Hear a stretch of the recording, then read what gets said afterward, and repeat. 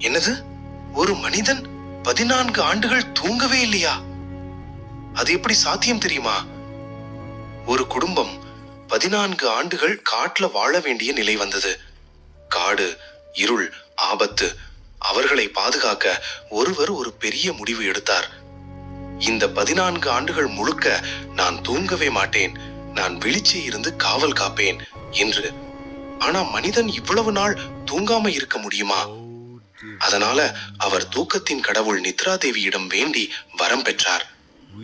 அவரோட 14 ஆண்டுகளோட தூக்கம் அவரோட மனைவிக்கு போயிடுச்சு. அவங்க 14 ஆண்டுகள் தூங்கினாங்க. இவர் 14 ஆண்டுகள் விழிச்சே இருந்தார்.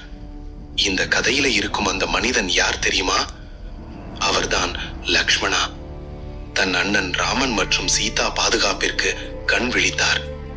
இந்த 14 ஆண்டுகள் தூங்காம இருந்த விஷயம் பின்னாடி நடந்த ஒரு பெரிய போரில் வெற்றி பெற மிக முக்கியமான காரணமானது. அது என்னன்னு உங்களுக்கு தெரிஞ்சா கமெண்ட்ல சொல்லுங்க. தெரியலனா ஒரு லைக் போட்டு கீழே இருக்கும் லிங்கை கிளிக் பண்ணி பாருங்க.